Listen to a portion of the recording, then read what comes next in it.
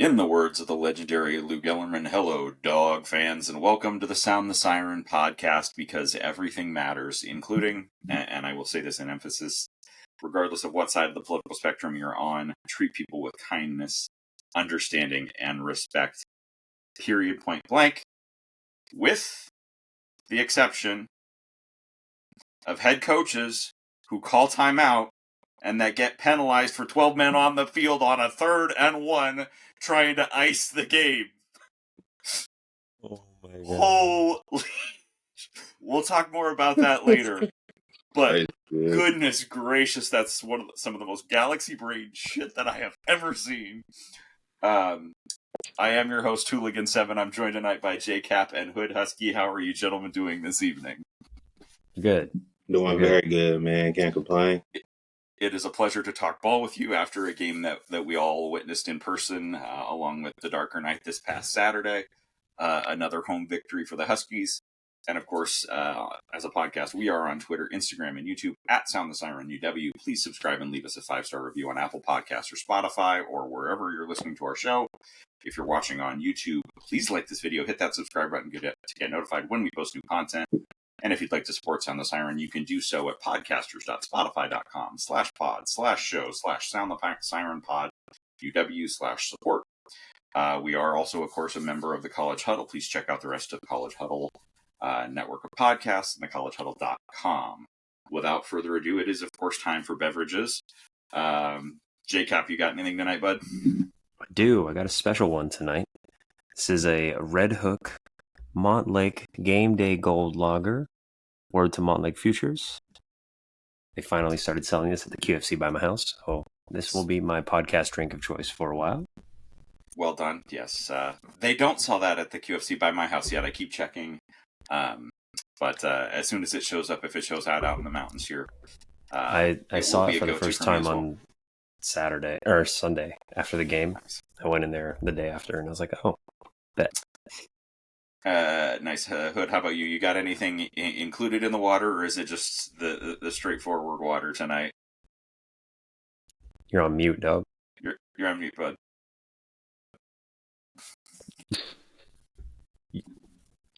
I drank what I had before the pod started, unfortunately. The cottonmouth to do that.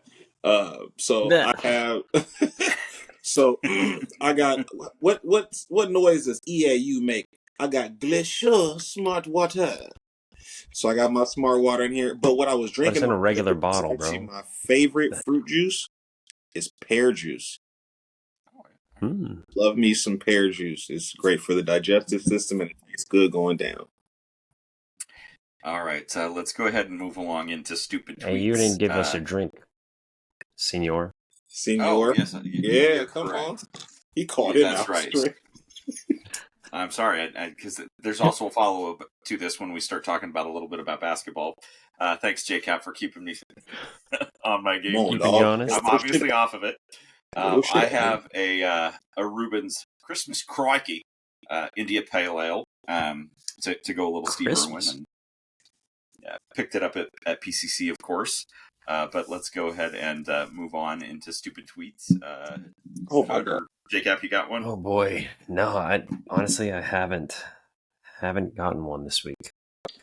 I don't think I've got one, and I shared it with the GC earlier this week, and it's at expansion_crush, who posted a picture that said, I like this a lot, with 4-5 team divisions in the Big Ten, or the Big 20, with the Pacific Division being USC, UCLA, Oregon, Washington, and Stanford. Plains Division, Wisconsin, Iowa, Minnesota, Nebraska, and Illinois. Lakes Division, Notre Dame, Michigan State, Purdue, Indiana, and Northwestern. Coastal Division, Ohio State, Penn State, Michigan, Maryland, and Rutgers. I don't know if y'all have... I mean, yes, there are coasts in the state of Michigan, Pennsylvania, and Ohio. But if you're not up on your geography, where those universities actually are in those states is basically dead in the middle of all of them. And hence, if you know anyone traveling to Penn State for this weekend's game that they've left already, there's a reason for that, because Happy Valley and State College, Pennsylvania is dead in the damn middle of Pennsylvania. Ain't no ghost in sight. Ann Arbor is dead smack basically in the middle of Michigan, and Columbus is dead smack in the middle of Ohio. Like, you couldn't be more landlocked a location if you tried. He said about as Northwestern as Northwestern.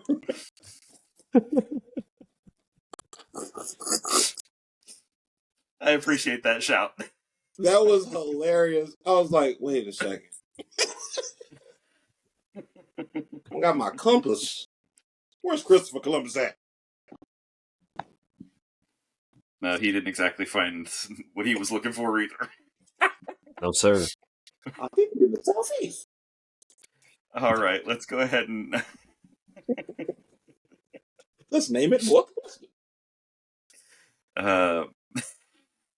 let's go ahead and move into Husky Couture. I'll go first, and I got a shout out. It was something that I saw in the team store on Saturday at the game. I had forgotten that Home Field had dropped this as part of their initial collection, but it's this T-shirt right here, kind of a little bit of a cream color with an old school looking Husky helmet. Yeah, It's certainly That thing good looked quality nice in the store. it's clean. In person. Yeah. It's on the to acquire list at some point, for sure. So, what do you got, bud? Hey, you know what? I'm gonna run mine back from last week because that bad boy got shipped and delivered to me. I got this bad boy right here. One thing that Husky fans have really been asking for is some real gold, not champagne. You know, not champagne, and that's that real gold right there. So yeah, this is fire, man. Got the hoodie from ETC, came in. Got the Washington Huskies there, and then got the little embroidered Husky on the slizzies there. Man, that nice. go harder than Shannon Sharp with Michelle, bro. Off them sparks. And J-Cap, how about you, bud? I'm gonna have to go with the new lid that I picked up at the team store this weekend. That shit's hard. It's funny. We were at the team store and I saw another hat that I had shouted out on Husky Couture previously, and then this one was next to it, and I was like, I'm gonna go with this guy. 47 with the corduroy, the That's golf. hard. Yeah, Corduroy is bad. This one's pretty tough. Yeah, Yeah, it is in a big way. I'm here for it. Me too. Yeah, I never thought the corduroy and the golf strap braid would be back, but it is back and in full effect.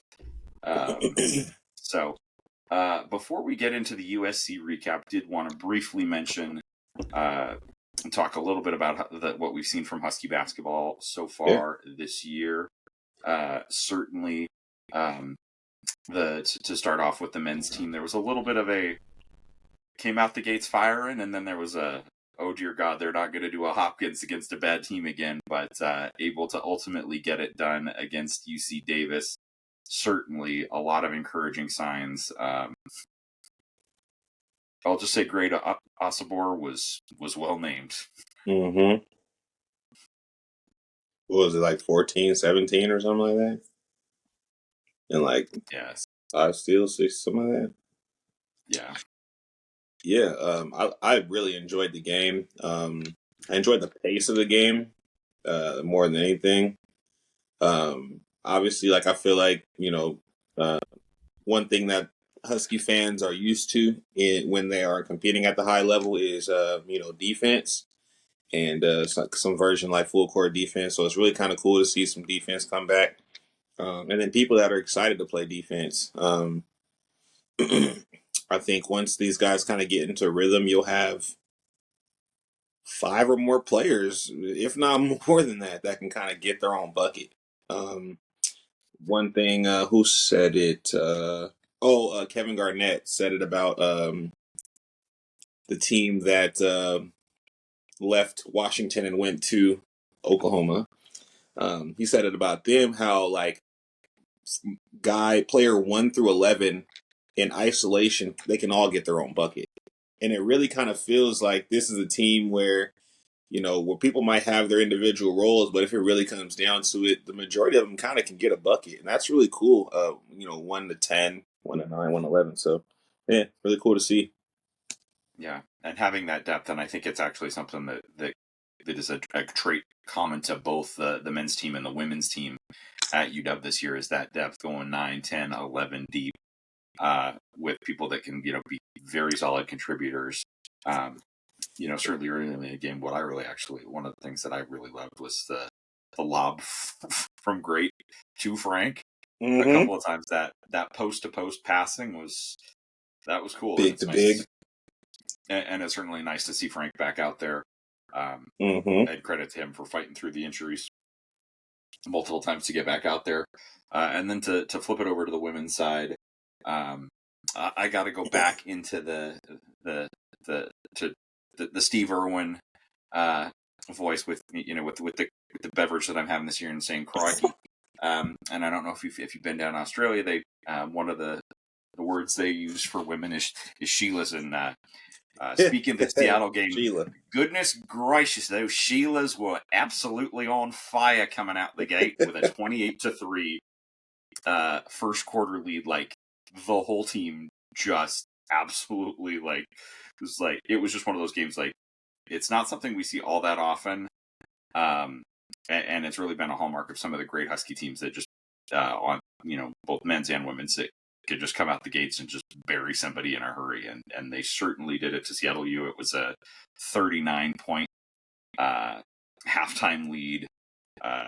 Kind of cooled off a little bit in the second half, and then I wasn't able to watch tonight's game, but they did come up with I think a 31-point 81-50 win over Pacific this evening. So certainly really good things from the women's team. Really impressive performances up and down the lineup. Hannah Steins was just visited Splash City several times in that Seattle game on Monday. Did either of you have a chance to catch either of those games this week? I did not watch them. I saw the box score of the the Seattle U game. Didn't watch tonight, but yeah, excited for seeing what they look like down the stretch. Also, yeah, amazing Australian accent, by the way. Shit caught me off guard. I was like, oh shit, bro could do it for real. Well, I don't know that if it's been mentioned on the podcast before, but I come by it somewhat honestly. I did live there for 10 months a few years ago, so around it, and have a bit of a flair for the dramatic or the crazy voices, or not saying that an Australian accent is crazy, but if you're not expecting it, I get it. Yeah. So while you were kind of talking about it, I'm going through tonight's game, just kind of watching or skimming through that, just the highlights of it. Obviously, who run the city game. We put belt to ass on that. Typically should do. The game versus Pacific, just kind of watching it, looked like Sellers was hot. And then just kind of from some of the this quick skim of it, it just looks like we have a 3-level team. It really looks like we can kind of penetrate when we want. The penetrate kick game looks like we're knocking down shots today.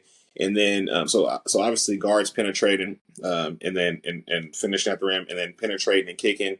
But then also saw a couple times where some of the bigs penetrated as well and were able to dish out. So it just looks like it's a real 3-level team, and I'm really excited to see that that skill set coming to fruition. Not a lot of teams can score on all 3 levels and do it with respect to the fundamentals. So yeah, and it really is also a team and I will give credit to in particular our real bigs in terms of Delia Daniels, Brenna McDonald, and Tyra Ike. All with really good capability to run the floor, and we're really getting out in transition, and that's certainly something that's going to be a hallmark of this team, is because they don't have the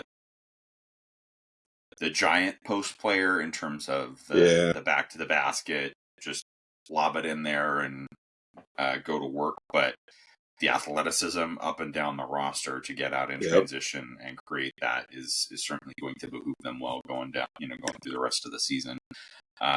Certainly, while we're on the topic of women's basketball, a huge shout out, and it's about damn time to Kelsey Plum and the University of Washington Athletic Department, who have now announced that her number is going to be retired on January 18th. I know that there's certainly some plans for some folks to be there. Things that were said in the GC need to stay in the GC for now. Well, look, listen. We already know how I feel about that young lady. You know what I'm saying? Crazy, sexy, cool. I'm with it. I'll keep it PG though.